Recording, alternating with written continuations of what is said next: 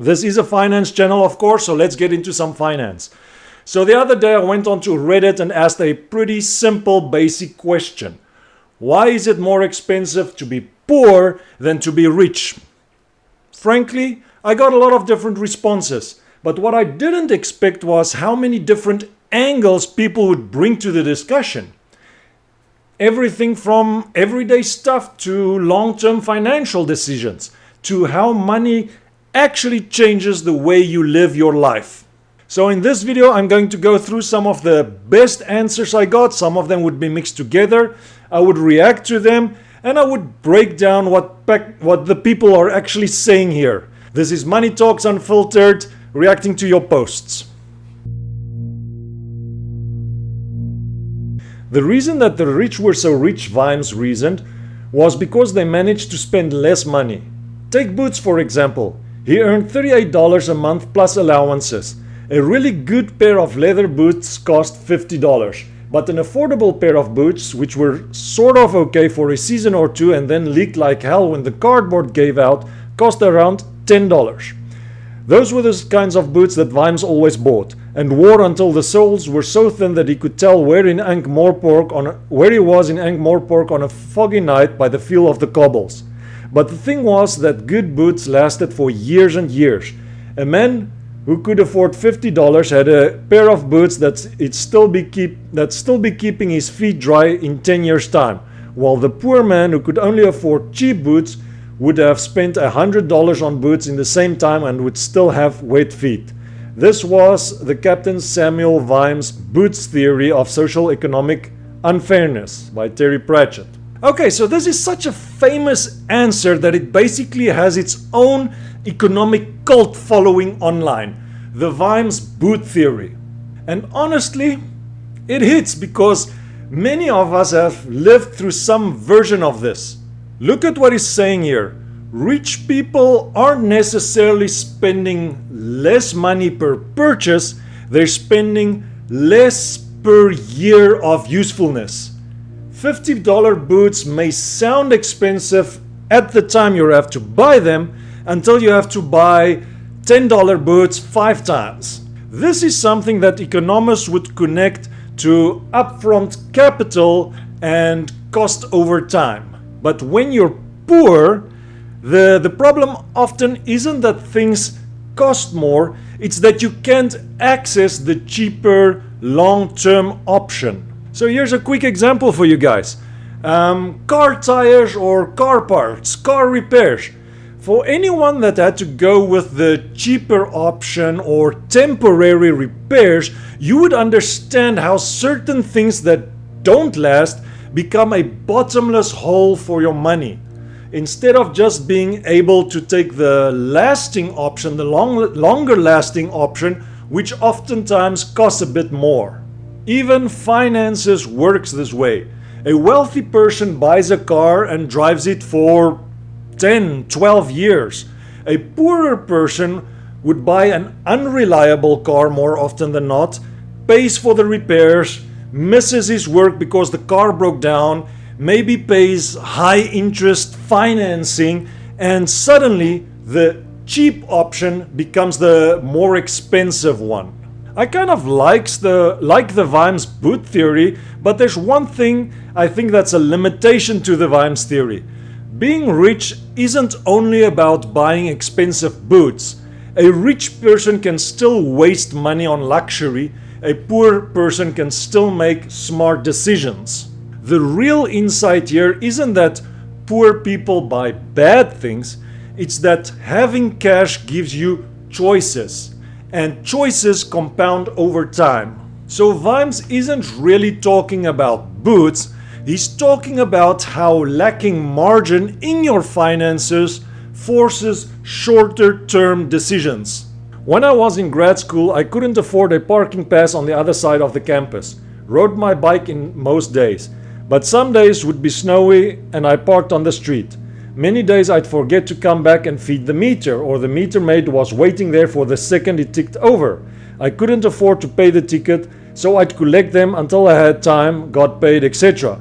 Then my car got towed and I had to hunt down the towing company, pay to get it out. It was several $100s and almost a full day/evening dealing with all the issues. A rich person could have just paid for the parking.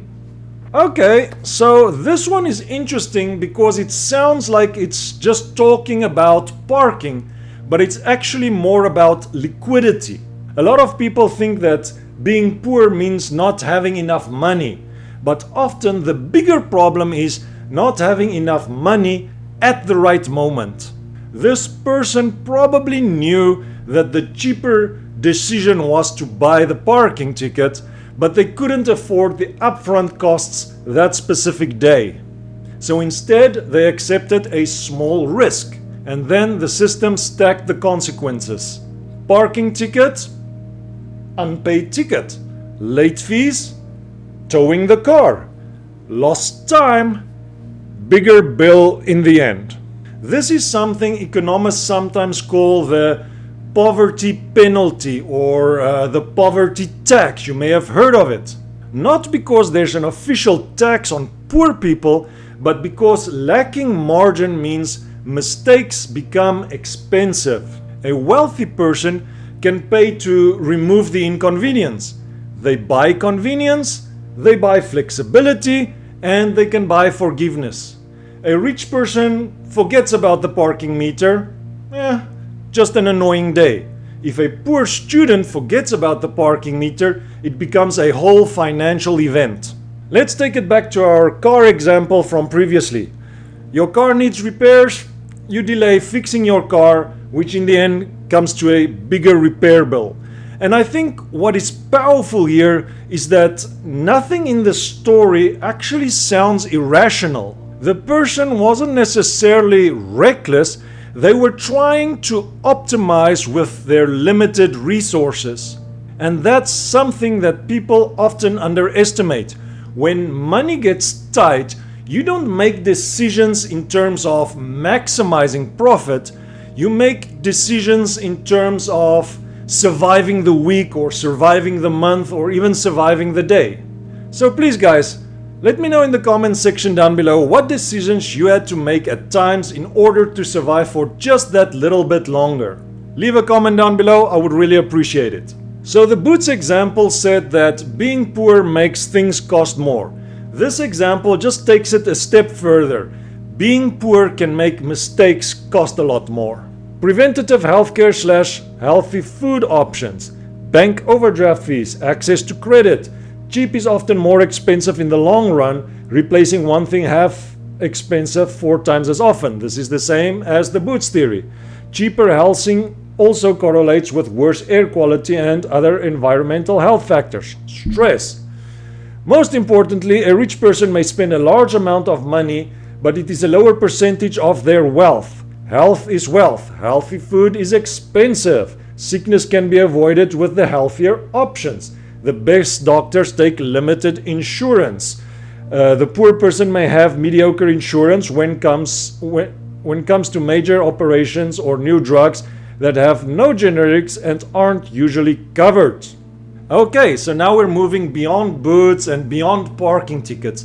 This comment is basically making the argument that wealth isn't just about buying nicer things, it changes your exposure to risk. Personally, I think there are basically three separate ideas hidden in here. First off, prevention is cheaper than repair. Healthy food, preventative healthcare, routine maintenance. These have one thing in common. They actually cost money before there is a problem. And that is very easy to delay when money gets a bit tight. But prevention often looks expensive right up until the moment it becomes much more expensive. For instance, the car example. $100 maintenance yearly versus a $2,000 repair maybe. I don't know. Healthcare, annual checkup. Once a year, go to the doctor, get your checkup. Or emergency treatment. You guys know how expensive that'd be. Better shoes versus buying them regularly. Second thing, time and stress become financial costs. This comment mentions air quality and stress, and I think that's kind of underrated. People often think of poverty as missing dollars, but sometimes poverty can mean missing bandwidth. If your housing is far from work, if every bill that comes due is near the due date, if every bill is close, you spend more mental energy just managing life. And there's actually a lot of behavioral economics around this idea. Scarcity doesn't necessarily make people irrational, it consumes attention. Third thing, rich people don't just spend more, they risk less. And I think this last sentence is probably the strongest point.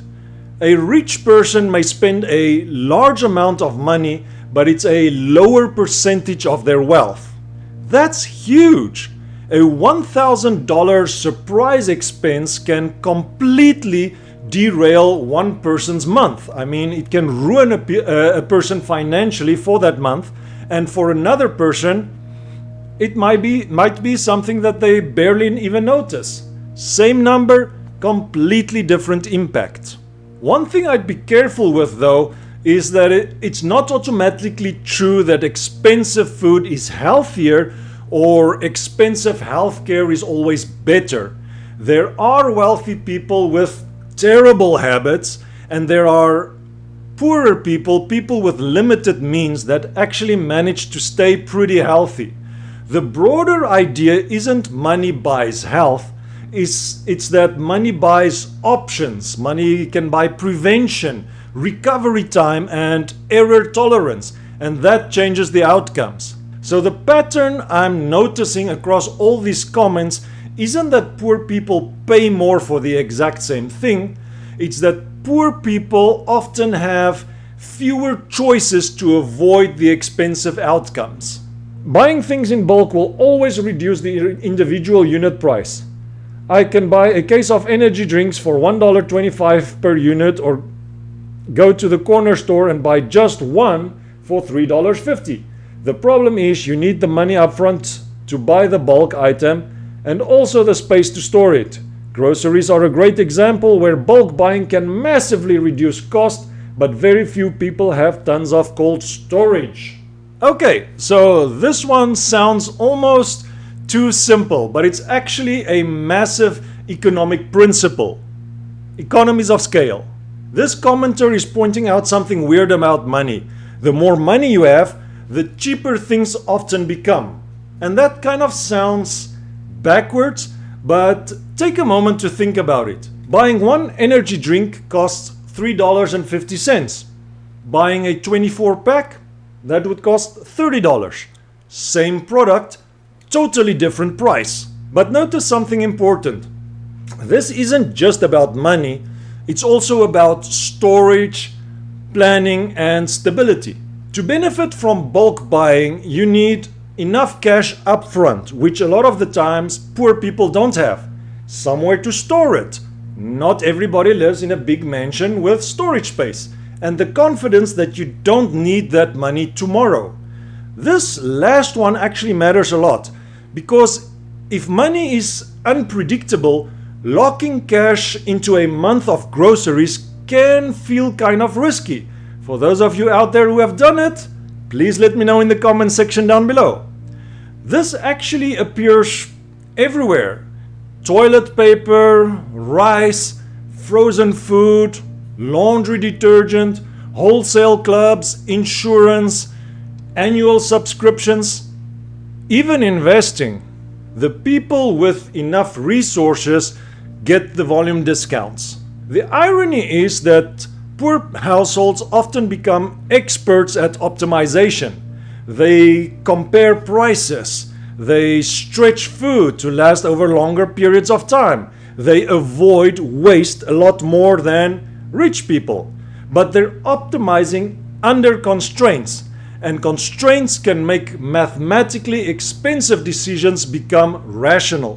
One thing I would push back on slightly though is that bulk buying isn't always cheaper. People waste food. They often buy things they don't use. They pay membership fees. So bulk buying only works if you can actually consume and store what you buy. But the broader point of this is absolutely true. Money gives you access to lower average costs. The inability to take advantage of compounding interest, interesting. While not directly being more expensive, someone with the money to invest in a 401k or a Roth IRA or whatever else is going to have significantly more money than they put in when they go to retire. People that can't afford to save and gain exposure to compounding interest can only ever spend what they earn. Interesting one. Okay, so this is where the discussion moves from spending money to something way more powerful.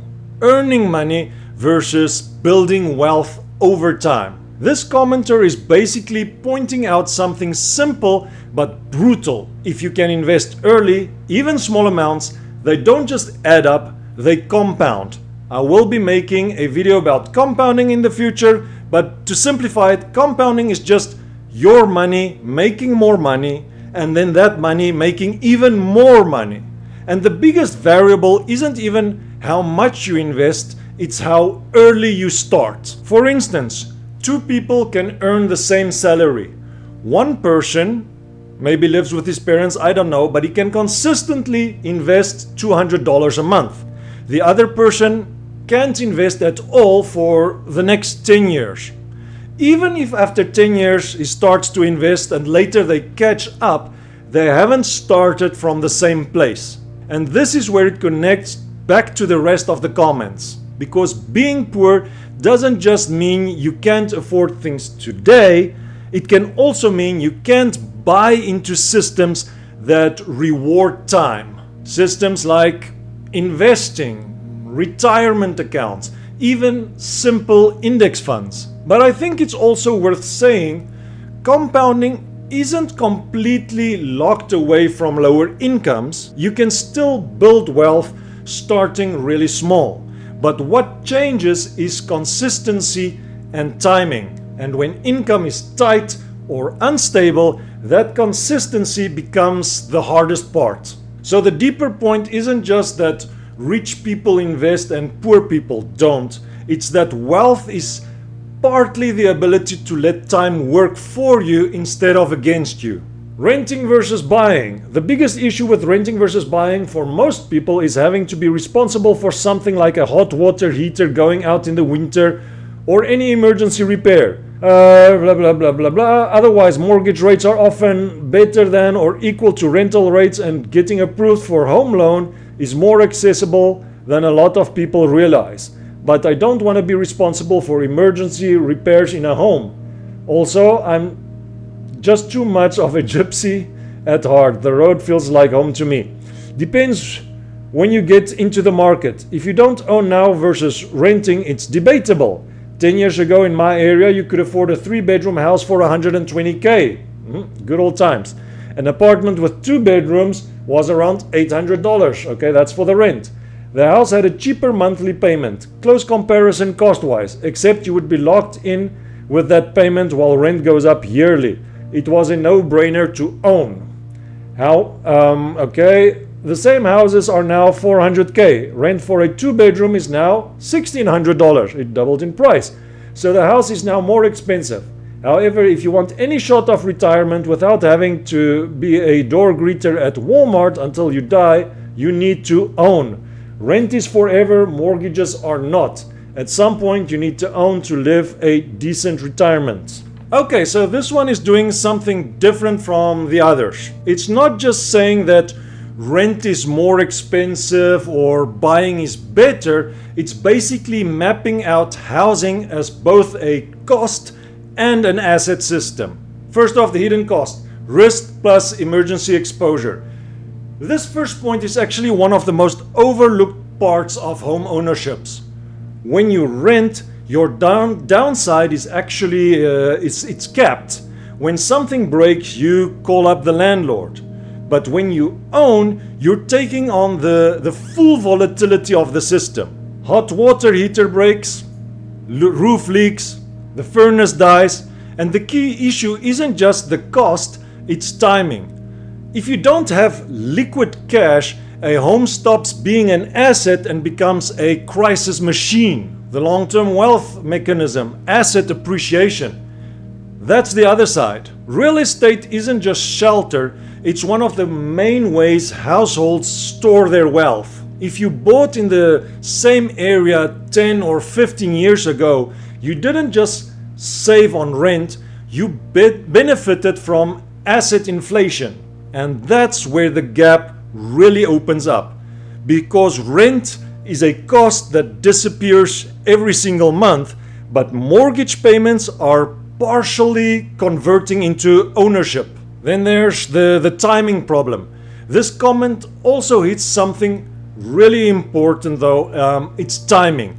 Because whether buying looks smart or stupid depends heavily on when you enter the market. Also where, I'll get back to that in a future video, but mostly when you enter the market. And that's something that people underestimate.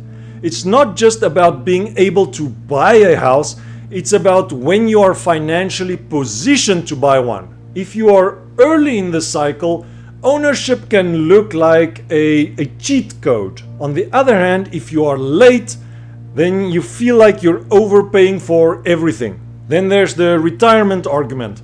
Now this last claim is the most emotionally powerful one. Rent is forever, mortgages are not. And there is truth to that, because at retirement, owning your housing drastically reduces your monthly expenses. But I'd be careful with the idea that ownership is automatically required for retirement. Housing is just one component of a much larger, much broader system. There's investments, savings, pensions, location choices. When I zoom out across all these comments, the pattern is really consistent. It's not just that being poor makes things more expensive, it's that it limits your access to systems that build stability over time. Durability, bulk pricing, penalty avoidance, preventative healthcare, investment compounding, and asset ownership. And housing is basically the biggest version of that. So looking at all these comments together, I think they actually do a really good job of answering my question. Is it more expensive to be poor than to be rich? It answers it, but not in a simple way, but from a lot of different angles. Whether it's the boots that wear out faster, the parking tickets that spiral out of control, the bulk buying, the healthcare, the investing, they all seem to point toward the same underlying idea. That being poor is not just about having less money. It's about having fewer options for how that money behaves over time. And if I think about it personally, I think there are a few deeper layers to this that is often overlooked. One of them is opportunity. Money doesn't just buy things, it buys access. Access to people in different industries. Think about it. Access to opportunities that you simply don't see if you're not already in those places. Another one is knowledge. A wealthy person can pay for advice. They can hire expertise. They can ask people who have already made the mistakes they're trying to avoid. But if you don't have that access, you're just having to figure out everything as you go along. And with money, mistakes are often very expensive. So learning through trial and error can be really, really costly in the long run. And when you combine these two things, access and knowledge, it creates something that is hard to ignore. Because it means that wealth doesn't just grow through income, it grows through guidance, through connections, and reduced chances of making expensive mistakes. And once you fall behind in those areas, it can be really difficult to close the gap. And I think that's why this question hits so hard. Because it's not just about being poor, being more expensive, it's about how hard it can be to break out of that cycle once you're in it. But I'm curious, what do you guys think about it? In what ways do you think being poor is more expensive than being rich? Please let me know in the comments section down below. Give me some stories. Let's talk about it. I would really like to know. Do you think that any of these ideas are exaggerated? Thanks a lot for watching. This was William Jordan from Money Talks Unfiltered. Hope to see you in the next video.